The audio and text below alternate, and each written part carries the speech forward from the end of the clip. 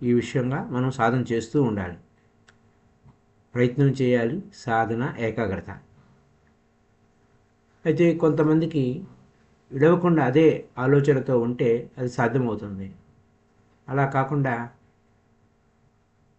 ఒకరోజు చేసి నాకు కుదరదు అని వదిలేస్తే మనం కళల రూపంలోనే బయటకు వెళ్తూ ఉంటాం. కానీ కొన్ని సంవత్సరాల పాటు పట్టొచ్చు కొంతమందికి మన మెడిటేషన్ ఎక్కువ చేయటం వలన వచ్చేటువంటి ఎనర్జీస్తో అద్భుతంగా బయటకు రావచ్చు. అయితే సూక్ష్మ శరీరంలో మనం ఎదుర్కోబోయే అనుభవాలు ఏమిటి అని ఈరోజుని ఈ ఎపిసోడ్లో తెలుసుకుందాం. మనం నిద్రకు ఉపక్రమించిన తర్వాత మన శరీరానికి సుమారు 6 అడుగులు ఎగువన పొడుకుని ఉన్న మనల్ని మనం ఊహించుకుంటూ ఉంటాం. మొట్టమొదటిగా శరీరంలో ఏదో కదులుతున్న భావన కలుగుతుంది. తర్వాత శరీరం తేలిపోతున్న భావన కలుగుతుంది. మరికొద్ది సమయానికి మన సూక్ష్మ శరీరం స్థూల శరీరం నుంచి విడిపడుతుంది. అప్పుడు మనం అంటే మంచం మీద పడుకున్న మన స్థూల శరీరాన్ని చూడగలుగుతాం. ఇటువంటి సమయాల్లో మన గుండె వేగం పెరుగుతుంది. అయినా భయానికి చోటు ఉండకూడదు. అలా భయానికి చోటు ఉండకుండా ఉండాలంటే నోటితో గాలి వదిలేస్తూ ఉండాలి. స్లోగా నోటితో గాలి వదిలేస్తూ ఉండాలి. భయపడితే మళ్ళీ మన సూక్ష్మ శరీరం తిరిగి స్థూల శరీరంలోకి వెళ్ళిపోతుంది. దీన్నే మనకి బార్డర్ లైన్ స్లీప్ స్టేట్ అని డాక్టర్ ఏ మన్రో మనకు చెప్తారు అవుట్ ఆఫ్ బాడీ ఎక్స్పీరియన్స్లో. ఎలా అంటే మనం నిద్రకు ఉపక్రమించే ముందు, అంటే మెడిటేషన్ చేస్తూ నిద్రకు ఉపక్రమించడానికి బాగా నిద్ర వచ్చే ముందు కాకుండా జస్ట్ అలా ముందు పడుకొని నోటితో నెమ్మదిగా గాలి వదులుతూ ఉండాలి. సగం కొంచెం నోరు తెరవాలి. నోరు తెరిచి గాలి వదులుతూ ఉండాలి. అప్పుడు మన లోపల ఏమన్నా టెన్షన్స్ ఏమన్నా ఉంటే అన్నీ క్లియర్ అయిపోతాయి. భయం లేకుండా ఉండడానికి సూక్ష్మ శరీరం స్థూల శరీరం నుంచి విడిపడటం అనేది రోజు నిద్రలో జరిగే ఒక సహజ ప్రక్రియ. రోజు నిద్రలో ప్రయాణం చేసి నిద్రలోనే మర్చిపోతూ ఉంటాం. కానీ ఈరోజు మెలకువగా ప్రయాణం చేసి చూసినవన్నీ గుర్తించుకుంటాను అని మనం అనుకోవాలి. మన ప్రయాణం రాత్రి అయినా పగలైనా మన చుట్టూ లేత నీలి రంగు వంటి కాంతితో పగటి పూటను తలపించవస్తుంది. అంటే సంధ్య కానీ ఉషోదయం కానీ అలా ఆ టైప్లో ఉంటుంది ఆ వాతావరణం. అయితే ఈ కాంతి ఎక్కడి నుంచి వచ్చింది? మన సూక్ష్మ శరీరం యొక్క సహజమైన తేజస్సు. కాంతి బయట నుంచి కాదు, మన సూక్ష్మ శరీరం నుంచి వచ్చింది.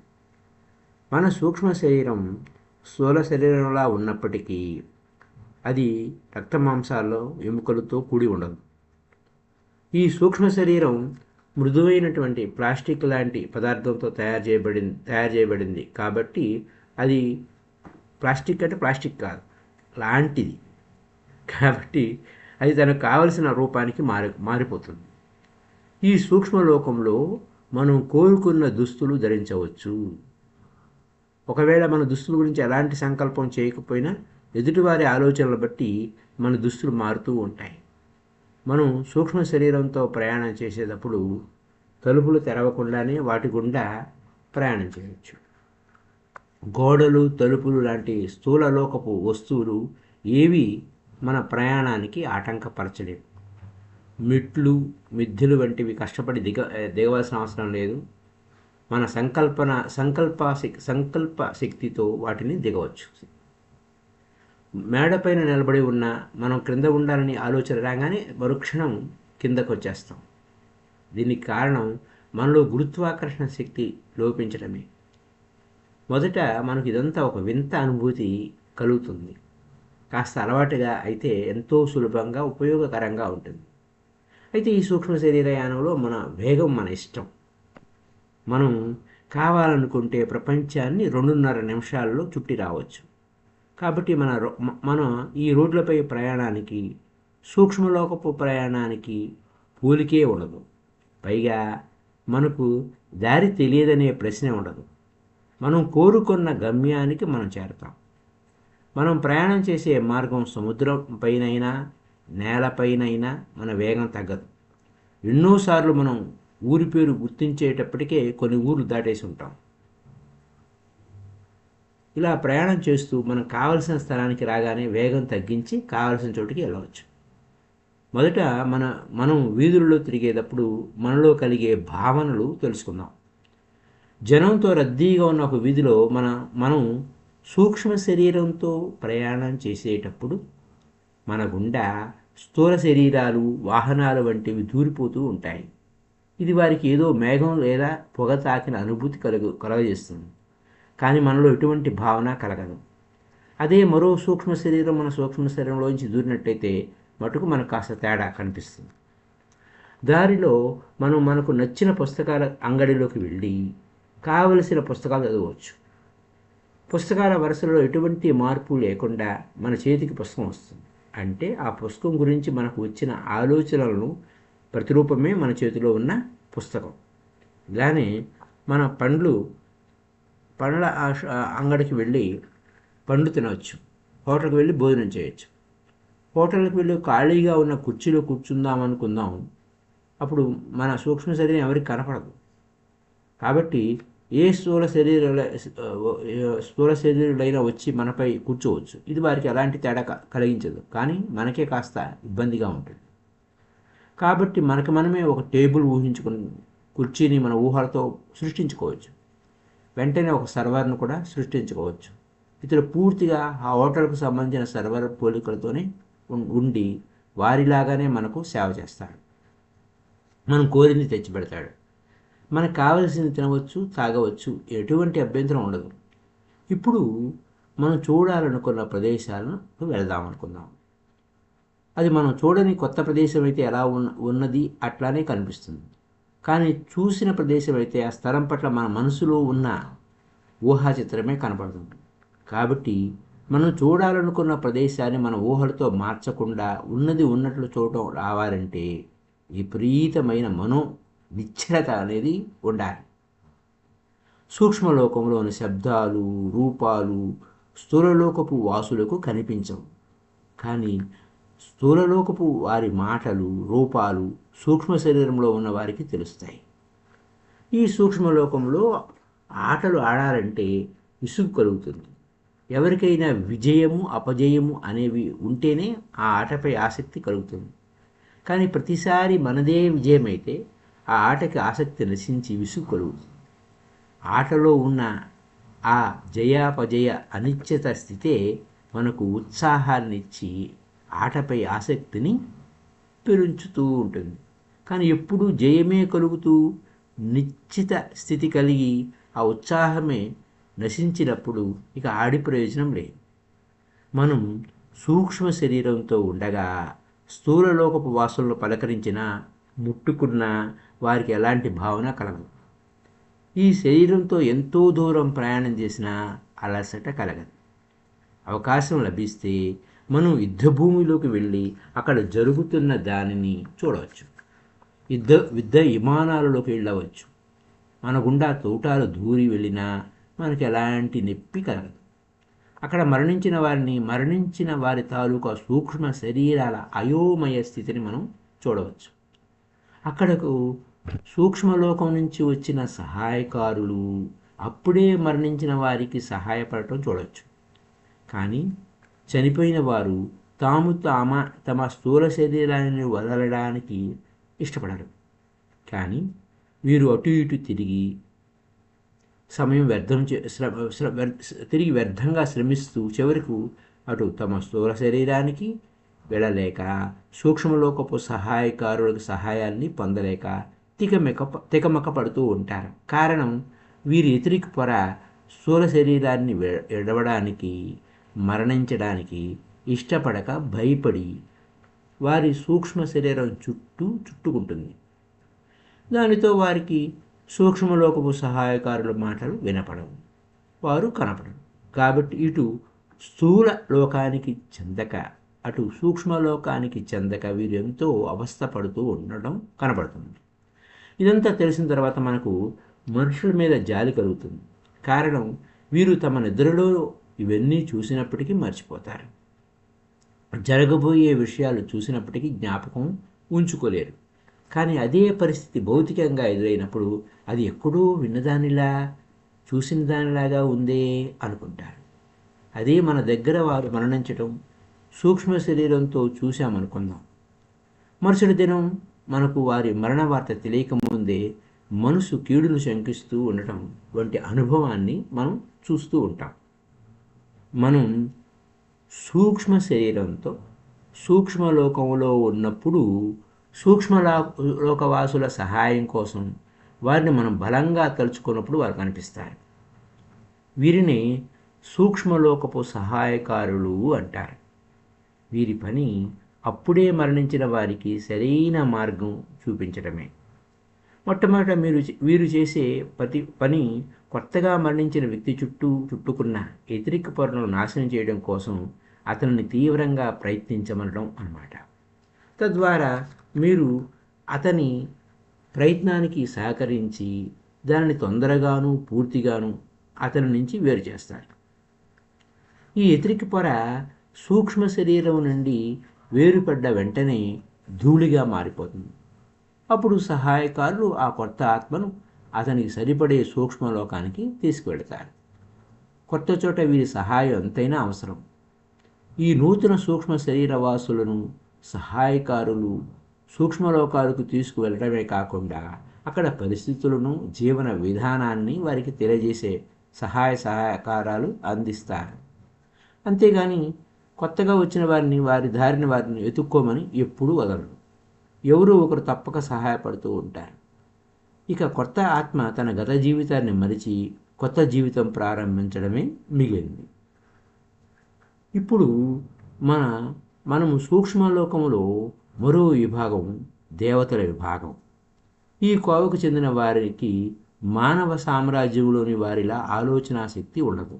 కానీ వీరు ప్రకృతి గురించి, తమ గురించి ఎన్నో విషయాలు తెలిసి ఉన్నవారు. వీరు ఎప్పుడూ చక్కటి సంయమంతో ఉంటారు. వీరు స్థూలమైన శరీరాలను, నిర్దిష్టమైన సూక్ష్మ శరీరాలను కూడా కలిగి ఉంటారు. ఇదంతా ఎక్కడ ఉంటుందంటే సముద్రం అడుగు లేదా నీటి కింద ఉన్న పరిణామ క్రమం. మనం సూక్ష్మలోకపు స్థాయిలలో ఉన్నప్పుడు మనకు సమాంతర పరిణామ క్రమంలో ఉన్న అన్ని రకాల వారితో సంబంధం ఏర్పరచుకోవచ్చు. ఉదాహరణకి చేపలు, పక్షులు ఇవి పరిణితి కోసం మానవుల పరిణామ క్రమం గుండా ప్రయాణించవలసిన అవసరం లేదు. కానీ దానికి సమాంతరమైన మరో పరిణామ క్రమాన్ని కలిగి ఉంటాయి. అవే దేవదూతలుగా మారటం. ఈ స్థాయికి చేరడానికి ఇవి అనేక స్థితులను దాటి చివరికి దేవదూతలుగా మారుతాయి. దీనికోసం ప్రాథమిక స్థాయి అంటే పంచభూతాలు కలిగి ఉండటం అనే స్థాయి నుంచి ప్రకృతి యొక్క ఆత్మలుగా, నేచర్ స్పిరిట్స్గా మారిపోతాయి. ఇదంతా సరిగ్గా అర్థం చేసుకోవడానికి మనం సముద్రం అడుగుకి వెళ్ళాలి సూక్ష్మ శరీరంతో. అప్పుడే వాటి గురించి తెలుసుకోవచ్చు. సముద్రపు అడుగుకు వెళ్ళేటప్పుడు మనం భయపడకూడదు. భయపడ్డామంటే మనం మన స్థూల శరీరంలోకి వచ్చేస్తాం. దేనికైనా సిద్ధపడి ముందుకు సాగినట్లయితే మనకు మనం చూసిన విషయాలు పూర్తిగా గుర్తుంటాయి. లేకపోతే అర్ధాంతరంగా మన స్థూల శరీరంలోకి తిరిగి వచ్చేసి మనం చూసిన విషయాలన్నీ మర్చిపోతాం. ఈ సూక్ష్మ శరీరంతో శ్వాస అక్కడ ఉండదు. కాబట్టి నీటి అడుగుకు వెళ్ళడం పెద్ద కష్టమైన పని ఏం కాదు. మనం నీటి అడుగున ఉన్నా, నీటిపైన ఉన్నా సూక్ష్మ శరీరానికి తేడా ఏమీ ఉండదు. సముద్రంపై భాగం అలలతో కూడి కష్టతరంగా కనిపించినప్పటికీ లోపలి వైపుకు వెళ్ళే కొద్దీ ప్రశాంతంగా ఉంటుంది. దీని అడుగున మనం కొన్ని వేల రకాల చేపలు, రకరకాల సముద్ర జీవులతో పాటు అందమైన పచ్చిక బయళ్ళు, అంతకంటే అందమైన పూల తోటలు చూస్తాం. అంతేకాక మునిగిపోయిన ఓడల యొక్క భాగాలు పెద్ద కొండల్లా కనిపిస్తాయి. సముద్రపు లోతులకు పోయే కొద్దీ చేపలు కనిపించడం తగ్గిపోతాయి. కనిపించడం అంటే మనకు ఒక అనుమానం రావచ్చు. సముద్రం అడుగున వెలుగుండదు కదా, మరి ఎలా కనిపిస్తుంది అని మనం ముందే తెలుసుకున్నాం. ఎప్పుడైతే మన సూక్ష్మ శరీరం స్థూల శరీరం నుంచి విడిపడుతుందో అప్పుడే మన చుట్టూ ఒక కాంతి వలయం ఏర్పడుతుంది. ఆ కాంతికి రాత్రి, పగలు, నీరు, గాలి, భూమి అనే తేడా ఉండదు. కాబట్టి మన శరీరపు వెలుగుతోనే మనం చూడగలమన్నమాట. సముద్రం పైన భాగానికి కింద భాగానికి ఉష్ణోగ్రతల్లో తేడా ఉన్నప్పటికీ సూక్ష్మ శరీరానికి ఎటువంటి హాని ఉండదు. జాలరుల వలలకు కూడా అందని లోతులలో కూడా చేపలు, రకరకాల సముద్ర జీవులు ఉంటాయి. వీటికి మానవ ప్రపంచంతో పరిచయం కూడా ఉండదు. కారణం, ఇవి సముద్రపు అడుగున ఉండి పైకి రావు. సముద్రపు ప్రయాణంలో కూడా మన వేగానికి తేడా ఉండదు. సముద్రం అడుగున అది ఓ భూప్రపంచం లాగానే ఉంటుంది. కారణం, అందమైన పచ్చిక బయళ్లతో, రకరకాల పువ్వులతో కూడిన పొదలతో, పెద్ద పెద్ద బండలతో, రంగురంగుల రాళ్లతో ఉండి భూలోకాన్ని తలపింపజేస్తుంది సముద్రపు అడుగున. అక్కడే మనం బొరియలు, గుహలు కూడా చూడవచ్చు. ఇవి బయట కంటే తక్కువ కాంతిని కలిగి ఉంటాయి. ఈ గుహలే సముద్ర జీవుల నివాసాలు. ఈ గుహలలో మనం భారీ శరీరాలు అంటే ఏనుగులాగానో, ఏనుగులో సగభాగమో కలిగిన వింత జీవుల్ని చూడవచ్చు. వీటి కళ్ళు విపరీతమైన ఆకర్షణాశక్తి కలిగి ఉంటాయి.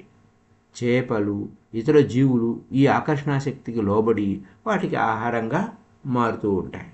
వీటి వలన మనం ఆకర్షింపబడినప్పటికీ అవి ఎలాంటి ప్రమాదం మనకు కలగజేయలేవు. మనకు కనిపించే ఇలాంటి శరీరాలు సూక్ష్మ శరీరాలు ఉంటాయి. కారణం, వాటి పరిణామ క్రమం ప్రకారం వాటికి సూక్ష్మ శరీరాలు పెరుగుతాయి, కానీ ఆలోచన శక్తి పెరగదు. ఇవి మనల్ని గుర్తించగలవు. సముద్రంలో కూడా సంగీతం ఉంటుంది. ఈ సంగీతాన్ని సృష్టించేవారు అటు మానవుల రూపం కాకుండా, చేపల రూపం కాకుండా ఒక వింతైన రూపం కలిగి ఉంటారు. అంటే మానవుని తలను, సముద్రం మీద తేలి ఉండే అందమైన మొక్కను పోలిన శరీరాన్ని కలిగి ఉంటారు. వీరిలో పాడేవారు ఉంటారు, వైలన్ వంటి పరికరాలని పోలిన సంగీత పరికరాలను భోగించేవారు ఉంటారు. ఈ రెండూ కలిసి మనకు ఒక ఇంపైన సంగీతం వినిపిస్తుంది. ఇది అక్కడి జీవుల కోసం అక్కడి నేచర్ స్పిరిట్స్ పాడే పాట. ఇవన్నీ చూసిన తర్వాత మనం తలుచుకున్న మరుక్షణం మరలా మనం ఇంటికి వచ్చేయచ్చు. మన శరీరం కావలసినంత నిద్రపోయిన తర్వాత మెలకు వచ్చే సమయానికి మనకు సందేశం వచ్చేస్తుంది. ఈ సందేశం మనకు సూక్ష్మ శరీరానికి స్థూల శరీరానికి మధ్య అనుబంధంగా ఉన్న సిల్వర్ కార్డ్ ద్వారా వస్తుంది. ఈ సిల్వర్ కార్డు అంటే పిలువబడుతుంది వాస్తవానికి ఎతిరిక్ పొర యొక్క మరో రూపమే. మనకు కావలసినంత దూరం వరకు ఇది సాగబడుతూ మన స్థూల శరీరానికి సూక్ష్మ శరీరానికి సంబంధం కలిగి ఉండేటట్లు చేస్తుంది. ఎప్పుడైతే ఈ బంధం తెగిపోతుందో అప్పుడే సూక్ష్మ శరీరానికి స్థూల శరీరానికి సంబంధం తెగిపోతుంది. అంటే ఆ స్థితి మరణం అన్నమాట. ఆ పరిస్థితుల్లో ఇక సూక్ష్మ శరీరం స్థూల శరీరంలోకి వెళ్ళడానికి వీలు పడదు. మన ప్రయాణాలకు ఈ ప్రాణమయ తీగ లేదా ఈ సిల్వర్ కార్డ్ ఎంతగానో ఉపయోగపడుతుంది.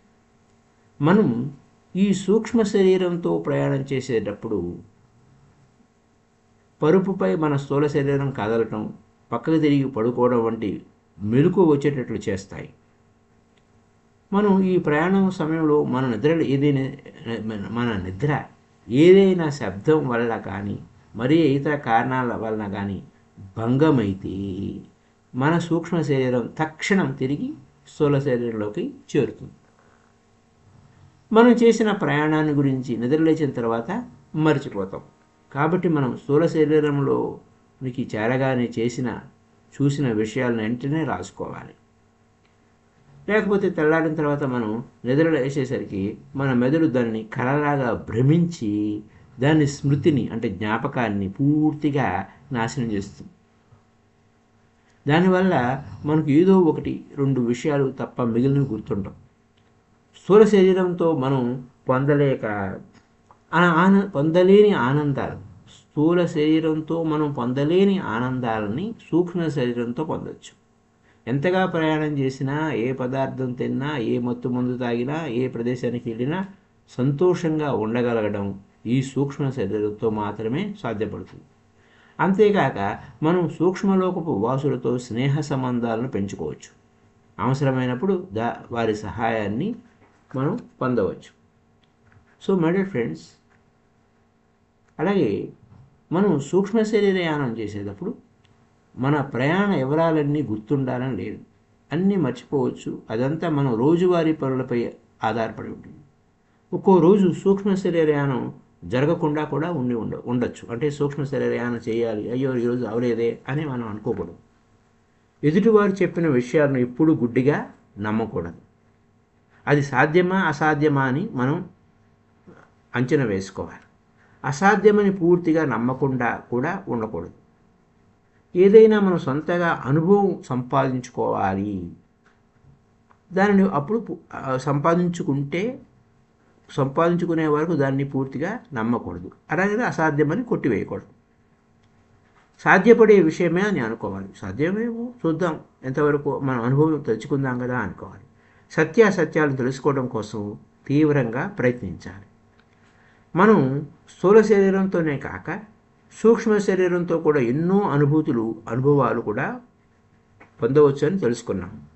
చావు అనేది ఇంతవరకు మనం ఊహించుకున్న దానికి, అర్థం చేసుకున్న దానికి చాలా భిన్నంగా ఉంటుంది.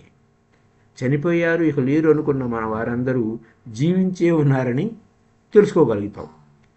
ఇక్కడ అంటే స్థూల శరీరంలో లేనంత మాత్రాన వారు ఆపదలోనూ ఏ కష్టంలోనూ ఉన్నారనుకోవడం పొరపాటు. ఈ సమస్త జ్ఞానం వల్ల మనకు చావు అంటే ఉన్న భయం కొంతైనా తగ్గుతుంది, కొంతైనా తీరుతుంది. చావు అనేది ఒక మార్పు, అంతకంటే ఏమీ కాదు.